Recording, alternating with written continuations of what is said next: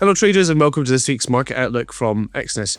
I'm Michael Stark, Financial Content Leader, and here I'm going to be giving an idea for a trade over the next few days, the narratives that might drive the movement, what traders who were to take the position we need to be aware of in terms of news and data. But before that, let's look back at the idea from last week and see how that did.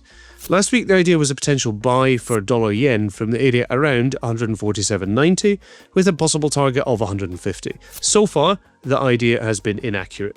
This week, the idea is a possible buy for Ether. We can see that the price of Ether has recovered pretty strongly from lows in the early part of April and might possibly continue upwards to reach the previous high of around 2,850. Now, it's not clear at the moment whether this might be a relatively quick movement or the price could consolidate first. The main narratives driving the possible gains by Ether are firstly a significant rise in the ratio of market value to realized value. We can see that this ratio has gone significantly above 1, which shows the relatively early possible stages of an uptrend, by comparison with Bitcoin, which is much higher, showing a more mature trend. We can also see that in recent days and weeks, the open interest for futures on Ether has significantly increased, spiking especially within the last few days. And these factors come in the context of overall generally improving sentiment for many instruments, including indices, which would also often indicate improving sentiment for crypto too.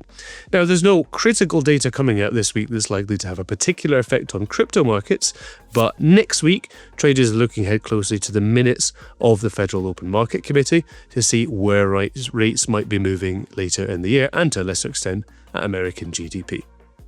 In summary, the idea for a trade this week is a possible buy for Ether with a possible target around 2,850.